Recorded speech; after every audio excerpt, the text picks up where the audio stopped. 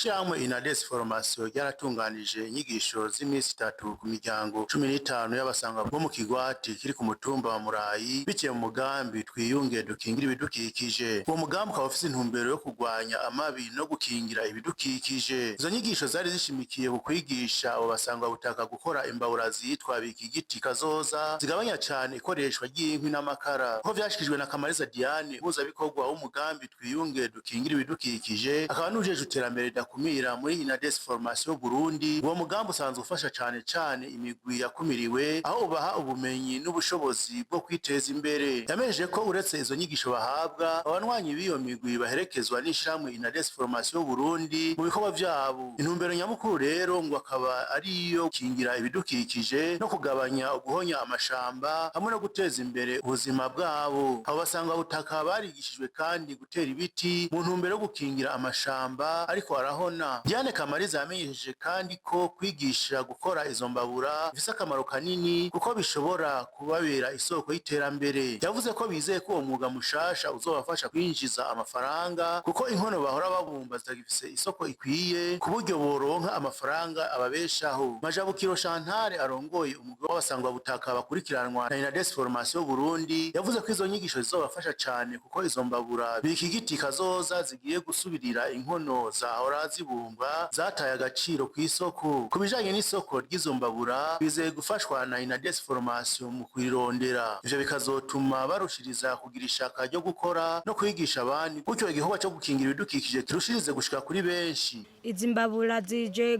guha agaciro inkono twahora tubumba zataye agaciro kuko nitwabumba nk'imbabura nka zibiri uzosanga turose akarusho gasumba akinkono nka zibiri kuko nubwo twebwe turiko turazikora ubwa mbere aba bazanye abatwigisha bazoturonderera isoko kuko twebwe nta soko y'ubwa mbere tuzi.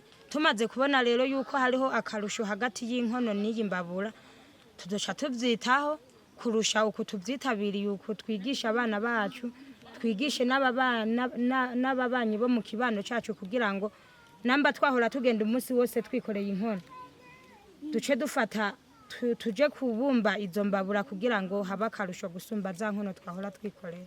Akamaro ni kanini cyane kuko kubijanye no gukingira ibidukikije ari nk'abahora bacana inkwi bakoresheje ino mbabura bikigiti kuko batwigishije yuko ifasha ubushobozi bungana na 30%. Urumva ari nk'inkwi wahora ucana nk'indwi zibiri muri rya ziko duhonya amashamba uzoca usanga uzikoresheje nk'ukwezi kubera urumva tuzoba turose imbabura yakira inkwi zikeyi kandi igacihisha n'ingoga.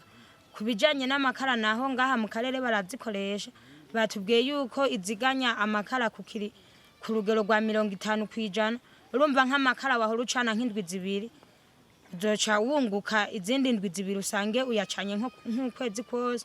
Urumva ivyo byose na karusho. Muri Placide umuhinga yatanze inyigisho zo gukora izo mbabura yamejeje ko bahisemo gufasha abasangwa butaka kubera amikoro make bafise. Ikindi ngo nuko bahora babeshejeho no kubumba inkono izo mbabura zikaba zibumbwa mu ibumba ivyo navyo gaca bituma boroha kubigisha kubikora. Muri Placide asigura ko igabanuka ry'amashamba riterwa hanini n'ikoreshwa ry'amaziko ya kera atwara inkwi nyinshi canke amakara. Izo mbabura nshasha rero zizotuma hatorwa umuti urama mu gukingira ibidukikije. Ivyo bizotuma abanwanyi bakoresha izo mbabura mu ngo zabo izisigaye bazigurishe kandi ngo bizona bafasha kwiteza imbere mu vy'ubutunzi gutyo baronke ico gutunga umuryango.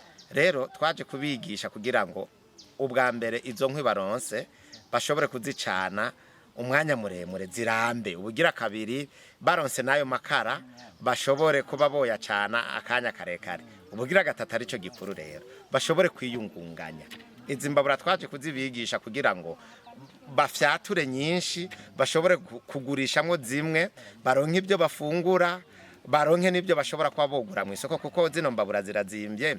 Hano turi imbabura imwe iri ku gaciro k'ibihumbi 10. Urumva bashoboye kuzifyatura ari nyinshi bakaronka izo bacana mu ngo iwabo bakaronka n'izo bagurisha bashobora kuronka amafaranga tukagenda kuri ca civugo c'umukuru w'igihugu umuntu wose uronka ico ufungura umufuka wose uronka amafaranga. Mwomya ko iyo miryango y'abasangwa butaka isanzwe urikiye mu runani rw'umugambi twiyunge dukingira ibidukikije kandi na Desformation ikaba yarabaronkeje amaforoma hamwe n'ifu yo kuziturira. Iyo shirahamwe ryiyemeje kandi kubafasha kurondera amasoko kugira ngo ico gikorwa kizobabere isoko ry'iterambere rirama bongere bakingire ibidukikije.